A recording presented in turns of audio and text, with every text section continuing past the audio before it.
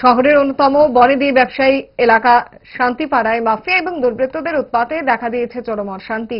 এলাকার মুখ্যমন্ত্রী নির্বাচনী ক্ষেত্রও বটে এই শান্তিপাড়ায়। মিলন সংঘ, শঙ্করাচার্য স্কুল সংলগ্ন এলাকার জনৈক উত্তম বণিক নামে এক ব্যবসায়ী গত 13ই ডিসেম্বর একটি দোকান ক্রয় করে। সেই দোকানে দুদিন পরে কে বা কারা তালা ঝুলিয়ে দেয়। উত্তম বণিকের অভিযোগ, স্থানীয় ক্লাবের নামধারী কিছু মাফিয়া যুবক দোকান না খোলার হুমকি দেয়। কেন তাদের সঙ্গে কথা না বলে দোকান ক্রয় করেছে, এখন তাদের কাছে দোকান বিক্রি করতে হবে, অন্যথায় ব্যবসা করা যাবে না। উত্তম মুখ্যমন্ত্রী ডক্টর মানিক সাহার কাছে আবেদন রাখেন। ওনার নির্বাচনী কেন্দ্রে এই ধরনের ঘটনায় উনি যেন বিষয়টি গুরুত্ব সহকারে দেখেন। মুখ্যমন্ত্রী বারবার কইছে মাফিয়া মুক্ত সরকার করতেছে, মাফিয়া মুক্ত সরকার করতেছে, কিন্তু আমরা এই মুখ্যমন্ত্রী এলাকার বাস কইরা মুখ্যমন্ত্রী এলাকার ভিতরে আমি দোকান কিনা আমি নিরাপদ না।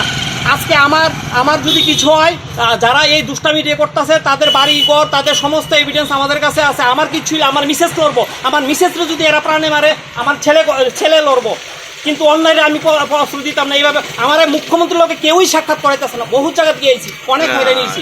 এখন আজকে যে তালা আমাদের দোকান থানাতে আমরা জানাইছি আমাদের দোকান, আমরা হ্যাঁ সব দেখাবো। আমরা জানাইছি আমাদের দোকান, আমরা কে বা কারা তালা দিছে, আমরা তালা খুললে আমাদের দোকানে আমরা খুলতাছি। থানার আমি একটা ইনফর্ম করে আইছি। তালাটা দিছে কে? তালাটা দিছে কে বা কারা আমরা জানি না, ওখানে আমি তো এখানে থাকি না। ক্লাব নামদারি 1-2 জন উশৃঙ্খল যুবক কে লেগে দিছে? হ্যাঁ দিছে, তাদের কাছে এটা বিক্রি করে দিতাম। আমি কিনছি কেন তারা না জানাই, আমার ক্লাবরে জানাই যে দোকান কিনতে লাগে, এটা তো আমি জানি না। আমি পেপারে অ্যাড পাইয়া কিনছি, পেপারে অ্যাড পাইয়া আমি আমার বিশেষ দোকান কিনছি, তারার কাছে এখন দোকানটা বিক্রি করে দিতাম। আর দোকানটা তারা ক্লাব বানাইব, মানুষের রেজিস্ট্রিকৃত দোকান যে তারা দখল করে এটা তো আমরা জানি না।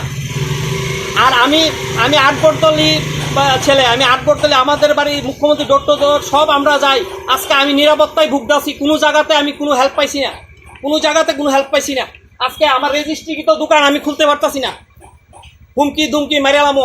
আমি মৃত্যুরে ভয় পাই না, যার কারণে আমার দোকান আমার নিজের পয়সা, আমার কষ্ট অর্জিত পয়সা দেওয়া দোকান কিনা আমি তালা খুলতাছি। আর মুখ্যমন্ত্রীর কাছে মানে করজোর অনুরোধ, আপনি দেখেন এই এলাকাটার ভিতরে কি হইতাছে, আপনি দেখেন।